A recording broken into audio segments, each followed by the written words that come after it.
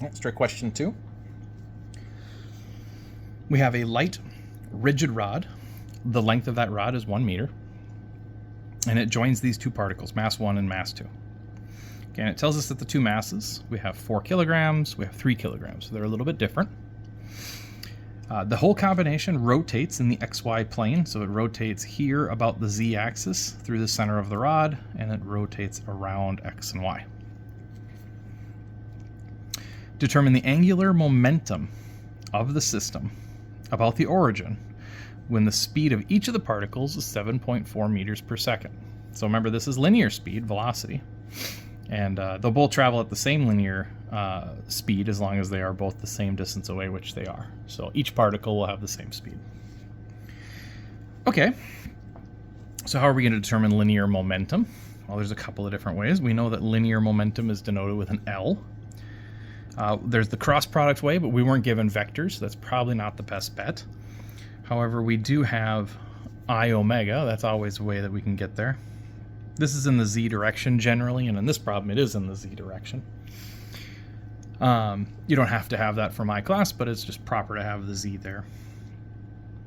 Okay, so we know a linear speed. We can use this linear speed to get to omega, so I can figure that part out after. The moment of inertia, that one might be a little bit harder to do, so we need equations for both of these values if we're going to figure out what L is.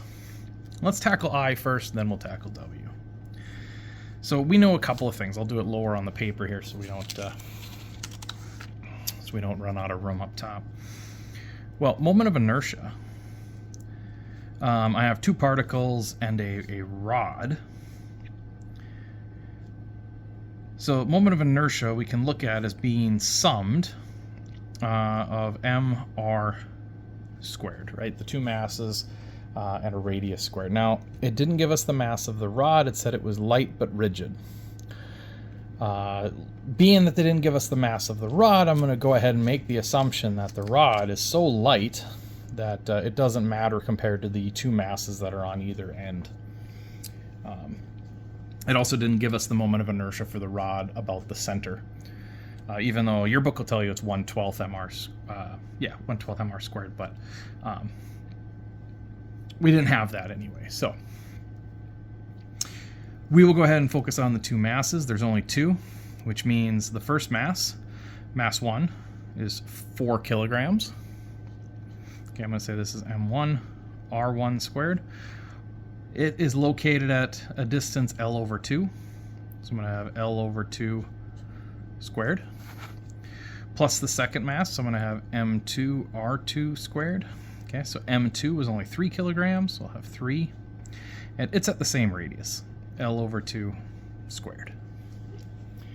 Okay. All right, so let's keep going with this. I'll have 4 times L. L is 1 meter.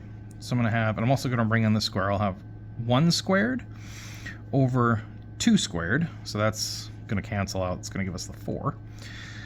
Plus, I'm going to have 3, and then again 1 squared over 4. Okay, so what does that get us?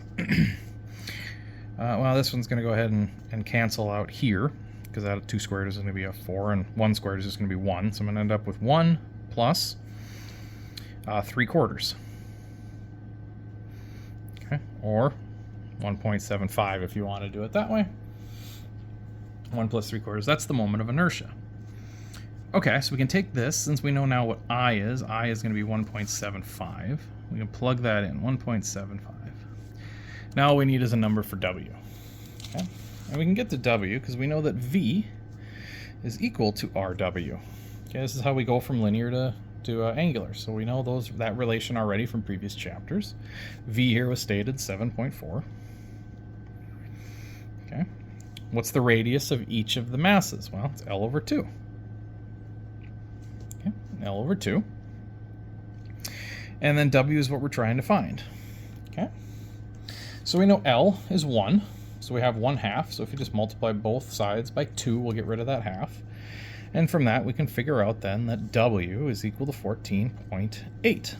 This is rads per second. if we take and we plug that in for our W,